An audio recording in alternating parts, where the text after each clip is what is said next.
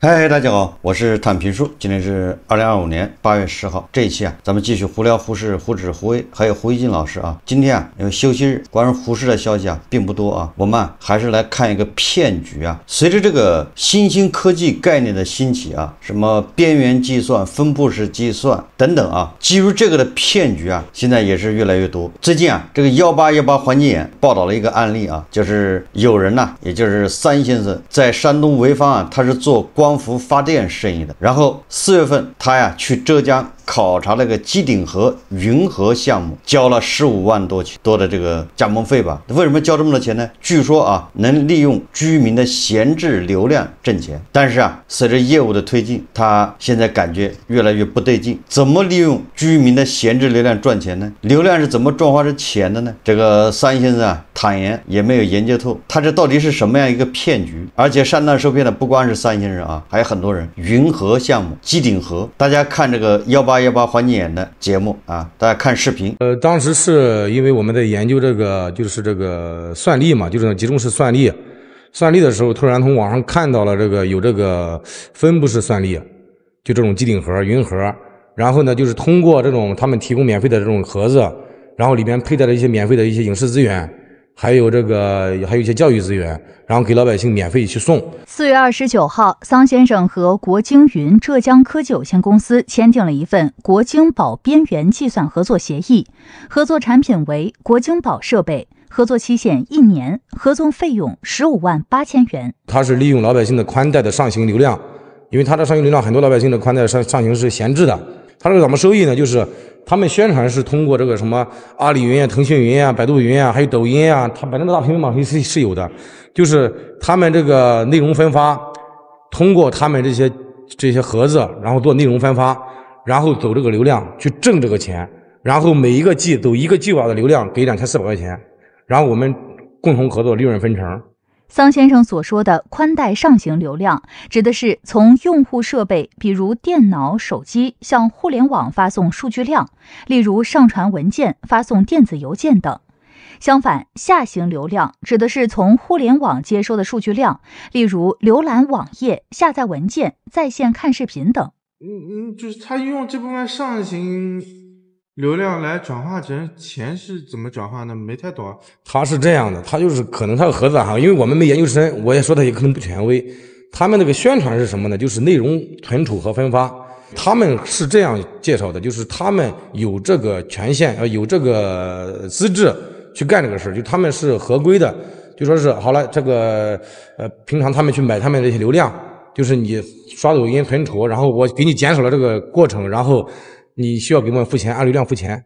桑先生说，协议签订之后，公司陆续发了100台设备，他负责在山东潍坊那边把这100台设备安装到客户家里。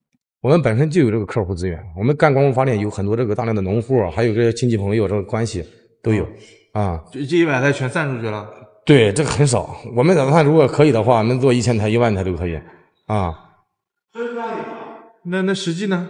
实际就是装上效果之后就跑不出流量来呀。这个有我们这有软件系统。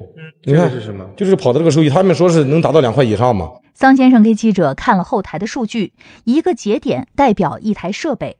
目前后台一共显示有87个节点，在线的有41个节点。记者看到每个节点后面都会有一个价格。桑先生说，这就是当初对方声称的每个盒子每天可以产生的收益，最高的收益是2块1毛6，再往下翻有几毛的，还有显示零收益的。装完之后，它限制这个运营商，它限制这个流量，然后卡顿，就是老百姓使用的过程中出现卡顿。对，卡顿，然后正常家里的网也卡，因为它这个可能是运营商在管控这个事儿，可能是这个东西里边的底层逻辑我还研究不透可能这个东西就侵占了这个3大运营商的利益，人家可能就给你限制，就是你不能用这个东西用这个宽带来跑这个流量。换置这个之后，现在就限速了，电信公司就检测到你这个 PCDN 是跑上行嘛，就把上行给你封掉了。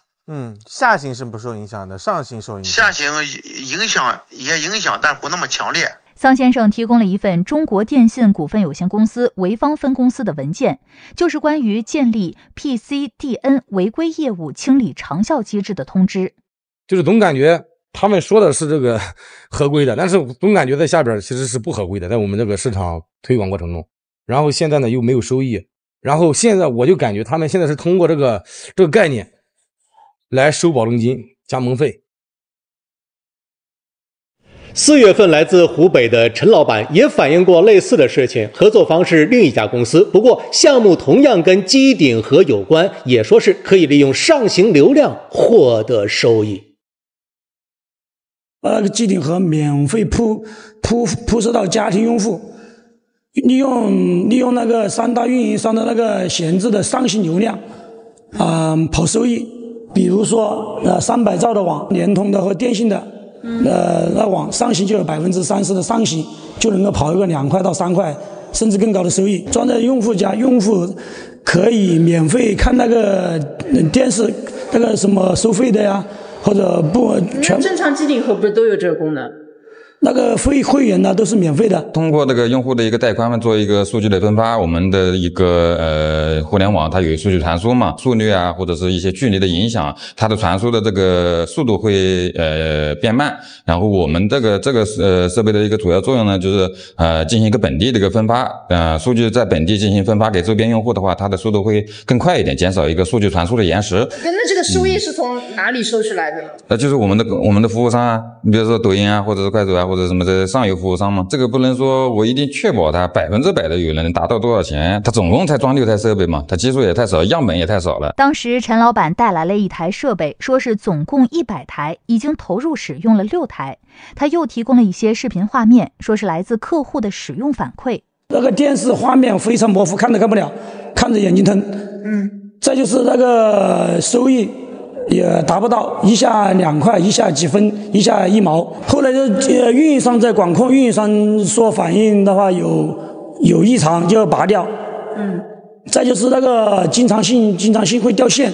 可能也有多方面的因素啊，比如说这个带宽的一些影响啊，包括这个运营商的一些线路的一些饱和度啊，或者是利用率的一些问题啊，它可能会对这方面的考虑，或者是用户的一些这个主动的一些投诉啊。当时陈老板提出退费，双方协商没有谈拢，记者再次联系陈老板，对方没有接听电话。回到桑先生这儿，和桑先生签订协议的国京云浙江科技有限公司位于杭州西湖区华泰创业园14号楼。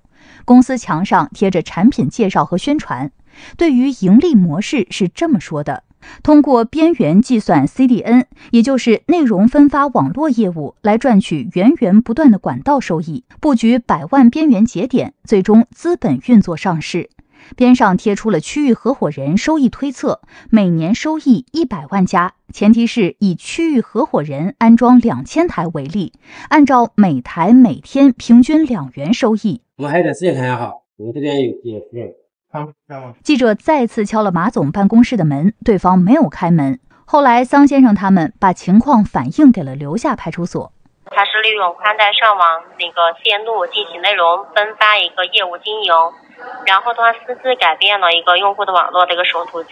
记者查询到 CDN 指的是内容分发网络， PCDN 是基于 P2P 技术的 CDN， 利用用户设备作为节点进行内容分发，两者都属于互联网信息服务。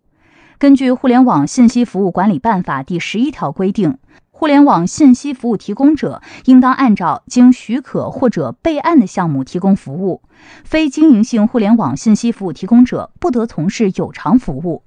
此外，在中国移动通信家庭有线宽带业务服务协议中明确规定，客户使用公司提供的服务，禁止通过带宽汇聚等手段用于 CDN 分发。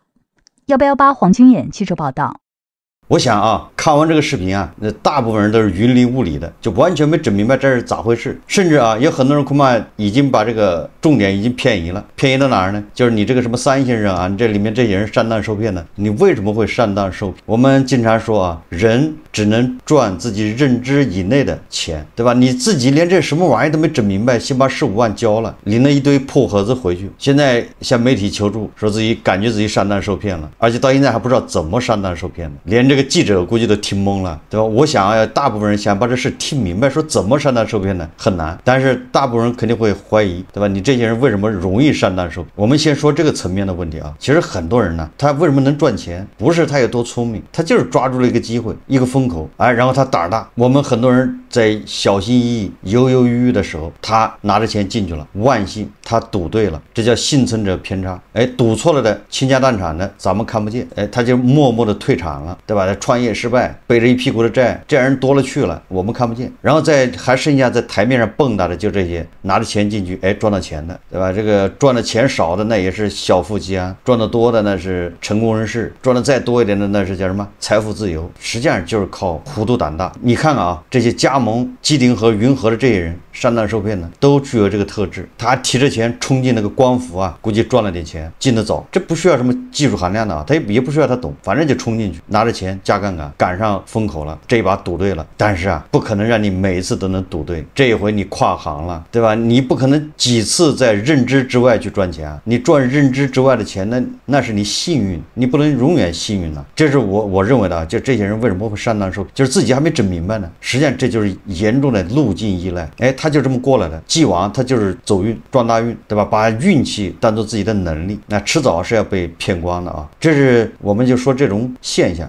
这个东西要引申开来，大家自己仔细想一想啊。比如说我是个码农，对吧？写代码我很在行，对吧？找 bug 处理问题我很厉害，然后我就会天然的觉得啊，这餐饮这玩意多简单啊，对吧？我这正好被裁员了，我拿着补偿80万，还有过去的一点积蓄，我也不能闲着，找工作也找不到了，对吧？你这码农一旦失业不好再找了，所以他就天然的认为这餐饮多简单，对吧？不行我就加盟，交一笔钱我去当老板，我写得来代码，我还管不了这个餐饮吗？所以很多人他就本能的认为啊，这个太容易了，没有敬畏之心，他就没想到这个认知之外的钱，实际上对你来说都是风险，对吧？你都没整明白啊。同样道理啊，就是你做光伏的，然后你破圈，对吧？进入通讯行业，对吧？还靠过去那个打法，盲打，拿着钱就进去，以为就能赚钱，都是一个道理啊。总觉得啊能挣认知之外的钱，这块咱就不多说了。具体的说这个分布式计算啊，这为什么会上当受骗？这种骗局啊，实际上它就是利用什么呢？利用新概念、新兴科技、新名词包装出来的。因为这东西一看就显得高大上，再配合一什么？配合一，对吧？机会是留给有准备的人的，对吧？这是给那些，对吧？这谁先来，谁就能赶上这第一波就能赚钱。等到大家都做的时候，你已经赚不到钱了，对吧？要做第一个吃螃蟹的人。结合低门槛推广和高额回报的承诺，然后这个专门是对那些非专业人士，而且对他的知识盲区下手。如果碰到一个小心翼翼的人，那他不容易上当，因为他不懂啊，不懂他不敢决策啊。如果是那种一路就是靠赌走过来的，那他肯定会赌。受害者往往源于信息不对称和心理弱点，贪图便宜，忽略了合规性，对吧？这个事情能不能干，侵犯了谁的利益，对吧？这个。你这儿多出1块钱出来，那是不是意味着哪儿少了1块钱？那少了1块钱的那地方人家干吗？或者你多出来这块钱，是不是从人家那儿刨出来的，对吧？动了别人的蛋糕。至于技术可行性，他就更没法理解了。什么上行下行、分布式计算，运营商有没有可能干预，对吧？因为你网络是控制在运营商手上，对这些完全不懂，然后立马偷钱就干。实际上这个机顶盒、云盒这种概念，这个骗局啊，前几年就有很多人骗了很多钱，他就是利用你不懂。然后讲一些高大上的名词，把你洗脑，洗了之后你就信了，似懂非懂，对吧？什么网络内容分发，你这一词一听就觉得很深奥，对吧？一看就很先进。它这个 PCDN 呢，早就有这个概念了，是基于点对点的啊，就是 P2P 啊，一种内容分发网络。它这个网络什么意思呢？有点像什么，有点接近于那种去中心化那个意思啊。什么意思呢？传统的这个内容分发呀，比如你看那个爱奇艺的上面的电影视频，对吧？那你手机，对吧？连上用爱奇艺的 APP， 一连上爱奇艺那个服务器，就从爱奇艺的服务器上下载数据，就从爱奇艺的服务器到你手机上，对吧？你再看，每个人都这样，实际上给爱奇艺的服务器啊增加了很大的，对吧？都是向爱奇艺的服务器去链接嘛，请求嘛，应该这个逻辑啊。那它这个 PCDN 呢，它马上给你制造一个概念，叫点对点，就是我也看了爱奇艺上面这个电影，是吧？这个我的手机上就有数据。然后碰巧我这周边啊，或者在一个网内的有用户也看这个电影，这个时候理论上啊，他就可以不用去那个爱奇艺的服务器上去看、去下载，对吧？去那样慢嘛，因为大家都涌到那儿去了，那个网络比较拥挤嘛。哎，他就可以到我这手机上去看，不是从我的手机上取数据啊，那就我这个数据从我手机上就扇形，对吧？到某个指定服务器上，哎，他就到那个服务器上去看去了，就这么一个概念啊。这样的话，那根据这个视频介绍啊，那我提供这样的服务，我给爱奇艺是不是减轻了这个网络压力，对吧？提高了它的效率等等。那我推广这个业务，爱奇艺就得给我钱，哎，它是这么一个逻辑啊。然后什么算力，然后他就根据你传了多少部爱奇艺的这个电影啊，流量走了多少，对吧？那我给你按流量给你钱，他讲的一定是这么个故事啊。哎，好多人似懂非懂，哎，觉得这个靠谱啊，他就投资了。什么内容分发，实际上大家想一想啊，这一听就有点不靠谱。不靠谱有几个方面的，一个就是先不说技术啊，是说这个由于这个用户看的内容啊，不是从那个爱奇艺对吧服务器上看到的，直接去下载的传输的，而是通过别人对吧，从别人手机上看的，那这个质量就没办法保证。那个数据传输的时候，由于种种原因对吧，技术原因，它会丢包啊。它会失真呢，你肯定没有爱奇艺上面那个服务器上看原始的这个效果好。所以说这个用户啊，真的用了这个网络之后，发现啊总是卡，对吧？总是这个看得不清楚，一大堆的问题啊。第二个，它这个也不合规，对吧？你侵害了运营商的利益，所以运营商是不允许你这么干的，增加了运营商的这个网络负担。因为运营商啊，因为运营商是根据用户的这个特色特点，它那个从那个技术负载上面，它一定是保下行。忽视上行，也不叫忽视啊，就是上行这块它要牺牲一点，但是下行它要保，这样的话用户的体验会好一点，对吧？运营商这块网络维护和网络这个成本恐怕都稍微低一点，所以它这个一定会调成这样，对吧？运营商有自己的这个运营逻辑啊，结果你这把人家上行一用啊，增加了人家的负担，破坏了运营商的这种运营逻辑和运维，那人家肯定不愿意啊。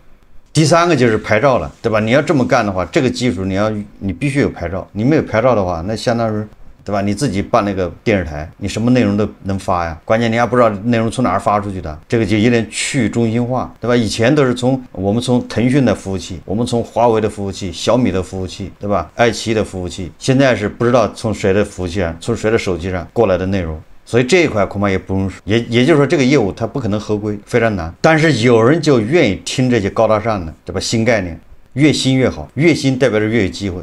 我刚才说了，像这种什么机顶盒啊、云盒这种骗局早就有了啊。所以说，真正要说从骗局来说啊，它这个不是什么新概念，不是创新啊，这个纯粹是钻政策空子、伪商业模式。啊，说来说去啊，还是我们不要老想着赚认知之外的钱。不管他吹的怎么样，不管他故事讲的多么吸引人，不管他包装的多么华丽，对吧？你不理解，你就不要参与。哎，不参与，虽然表面上看啊，你失去了一次机会，但是啊，更重要的是你不会受到伤害，对吧？留得青山在，不怕没柴烧。只有这样，你才能等待那个真正输入你的机会。好，这期节目啊，咱们就聊到这里，感谢大家收看。如果喜欢我的节目，欢迎订阅转发，也可以在下方留言评论，谢谢大家。